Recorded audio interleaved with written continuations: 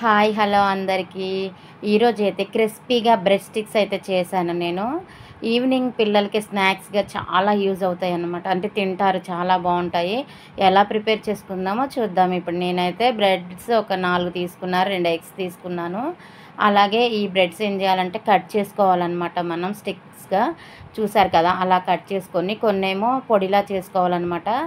ఇలా పొడిలా చేసుకుంటే దాంట్లో మనం క్రిస్పీగా రావాలి కాబట్టి ఆ 2 ఎగ్స్ ఏమో ఒక బౌల్‌లో కొట్టి దాంట్లో కొంచెం ఉప్పు, కారం ఏసేసి కలిపేసుకోవాలన్నమాట.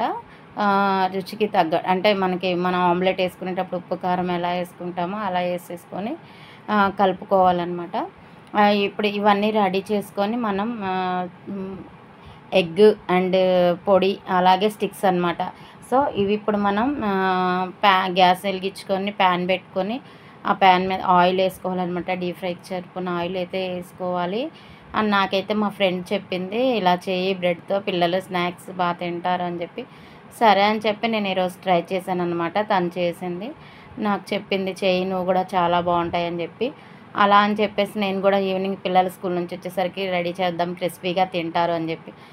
మనం ఇప్పుడు కొట్టుకున్న కోడిగుడ్లు ఉన్నాయి కదా! ఆ కోడిగుడ్లలో మనం ఇప్పుడు స్టిక్స్ కట్ చేసుకున్నాం కదా! అవి ముంచేసి ఆయిల్‌లో ఏసుకోవాలన్నమాట. చూడండి, అలా ముంచి ఆ పౌడర్‌లో కూడా అద్దుకొని ఇప్పుడు ఆయిల్‌లో ఏసుకోవాలన్నమాట. అలా మనం కట్ చేసుకున్న స్టిక్స్ అన్నీ ఏసుకొని డీప్ ఫ్రై చేసుకోవాలి. అంతే అండి. ఈజీ ప్రాసెస్ అన్నమాట. నాకు మా ఫ్రెండ్ చెప్పింది. నేను కూడా అలాగే ట్రై చేశాను.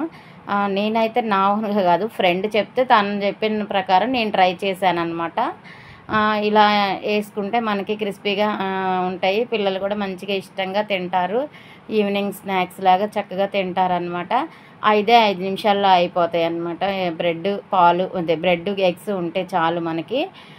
ఈజీగా తొందరగా 5 మినిట్స్‌లో ఫాస్ట్‌గా అయిపోద్ది. స్కూల్ నుంచి పిల్లలు రాంగానే గబగబా తినేస్తారనమాట. మీరు కూడా ట్రై చేయండి. ఏదో నాకు వచ్చినట్టుగా నేను ట్రై చేశాననమాట. మీకు నచ్చితే మీరు కూడా ట్రై చేయండి. ప్లీజ్ సబ్స్క్రైబ్ చేయండి నా ఛానల్‌ని. నచ్చితే లైక్ చేయండి.